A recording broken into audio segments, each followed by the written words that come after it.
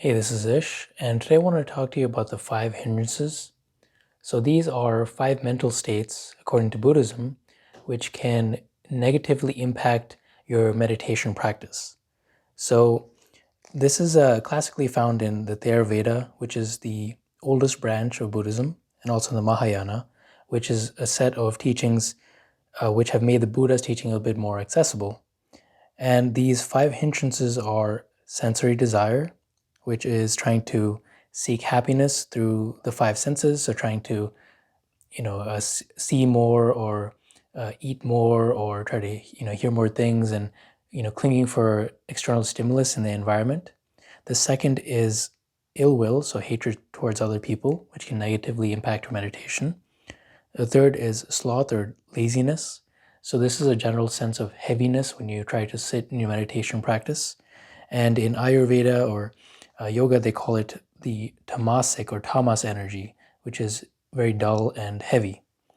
And then the next one is restlessness or worry. So this is where you can't calm your mind and your mind is always racing.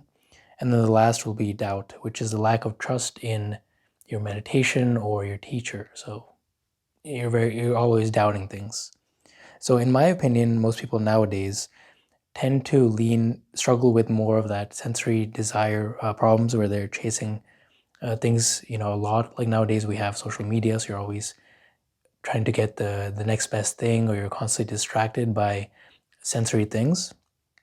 And the second is that they tend to get into meditation because they have such a racing and anxious mind. So this is a common problem that they'll have. So these two things are typically what I see most. And the ways to handle the five hindrances are generally you want to accept it. So just not fighting it, but rather understanding that you are experiencing the state, and then explore it with a curious mind. So actually notice the feeling sensation of each hindrance, and then what subtle qualities do they have, and notice it come and go. So these hindrances aren't permanent, rather they are a temporary state that you'll experience. So just notice it come and go. And for sensory desires, the main thing that you want to focus on is being very present and noticing what the sensation or the urges that you feel come up and how do they actually feel like. So you'll notice that a craving will have a certain kind of quality to it, or an urge to do something is a certain quality. So you'll just notice that sensation rise and fall throughout your body without any kind of judgment. And it's from that point you can then start to redirect your attention back to your breath or whatever object of meditation you were focusing on. And then the next tip you can do is to realize the impermanence of the body. So just the body itself, there's different cycles and things that are going on. One day, 1 minute you're hungry, 1 minute you're not, and then you're breathing one moment, you're breathing in, and then exhaling the next moment. So things are just coming and going, and the body is not going to stay forever. And there's a lot of things that are coming in and going, and there's a lot of change going on. So realizing the impermanence of the body itself can help reduce that hold of the sensory desires that are happening. Then the next is to eliminate the input proactively. So, for example, if you are tempted by alcohol, you would remove it from your house to begin with, so you don't have that urge to just go in the fridge and reach for a beer, whatever it is. And then the second could be maybe you can remove junk food in your house so you don't have that craving to go out and actually just go to your fridge and pick up a hamburger or whatever it is. And I have a different kind of approach also, because classically, Buddhism will tell you to completely abstain from those things. But I think that you can enjoy certain material things in the world without having a sense of attachment. So if you're constantly trying to label yourself as this meditator or someone who doesn't, indulge in different things from time to time, you tend to build up this resistance, and that actually causes more attention towards the subject. So rather, a different approach is to see if you can enjoy things without having to completely fall into it and go overboard. So being more mindful when you do decide to indulge in those things. Now, the second hindrance is ill will or hatred towards other people. So this is where you will apply loving kindness practices or metta practices to help alleviate that.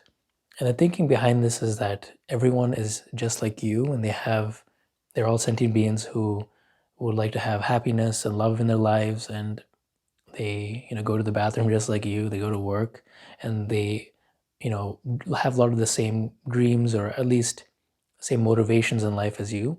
So even though you might have a certain hatred towards another person, you can recognize the commonality that you have. And the way to perform loving kindness exercises is to first think of yourself and say, may I be happy, may I be free, and may I be free from suffering. And then you repeat that to close family members or people you're closest to, and then expand the circle to friends, and then acquaintances, and then people you don't know well at all. And then lastly, the people that you hate, because it's a gradual process of expanding that circle, and then you can include them as part of everyone else too. So that's a really good practice. Now, the next hindrance is sloth. So with this, you can start to take action proactively and assess why you are in a state of heaviness. So maybe is this your diet that needs to be changed? Are you eating foods that make you feel very sluggish or tamasic? And instead, you can incorporate more sattvic foods, which are like things like spinach and leafy green vegetables that will make you feel more light inside. Now, then you can also look at your posture. How are you sitting? So obviously, if you're slouched over with your head forward and your back curved, that'll cause you to feel a bit more heavy, or at least a little bit lethargic. And then if you're sitting for meditation a bit too long, it is advisable to go for a walking meditation or some kind of movement. Also check into your sleep. Are you sleeping enough? So sometimes, as I described in another talk, you have what is called makyo, which are a feeling of sleepiness that you get in your meditation, but that's due to concentration, not because of like a biological need of not getting enough sleep. So if you're not actually sleeping, then you need to obviously get rest. Then, and then also, one piece of advice from the late Tibetan Buddhist Traleg Kyobon, he said that when sloth happens, instead of persisting in the meditation, it's better to refresh ourselves by going for a walk, washing our face before resuming the practice. So rather than pushing through it, it can actually be helpful to take a quick break, walk around, and then come back. Now, the next hindrance is restlessness or worry. So this is like our monkey mind jumping from thought to thought and idea to idea. And the way to handle this is to be fine with less content in your life and simplifying a bit more. So this can apply to your phone, your meditation practice, simplifying the material objects and things in your house. So generally being fine with less things, and you have less to jump around from too. And then also reflect on why you're worried to begin with. So one common piece of advice in the self-help community is that action kills worry. So if you start to take a lot of action, that tends to ease your mind a bit more, so you're not constantly thinking of different things. And then once you've taken action, then let go. Don't think about it anymore. Obviously a little bit easier said than done. Then the next is to be virtuous. So this is the whole idea that our thoughts have different seeds, and whatever actions that you take will sprout the seeds a bit more. So if you're, obviously doing bad actions like robbing a bank, there's no way you can, have a deep, long meditation practice, because you're now thinking of the implications of your actions and the consequences. Meanwhile, if you take a lot of good deeds and you're doing a lot of good actions, then that actually supports your meditation practice, and you don't have that excess karma that you're building up. And that's actually why yoga in general starts off with the yamas and niyamas, which are the ethical observances and the personal practices, before you actually go into the higher and more subtle realms of concentration or meditation absorption, because you want to have that solid foundation before you get deep into your meditation practice. And then with the last hindrance, which is doubt, you might have thoughts like, is this worth it, and all that. And the way to kind of handle these thoughts is to first have a good relationship with a teacher that can help guide you. So typically this is a teacher that has a lot more years of experience than you and has been in the same situation as you, and they can help ease your concerns that you have. And the next thing is also just to have faith and sit, because you understand that, hey, if I continue with my practice, I can actually attain some of the qualities that my teacher has or my teacher has promised, and you just have faith and just sit. And you can also study any kind of masters of any craft, so it's not just meditation, but anything in general.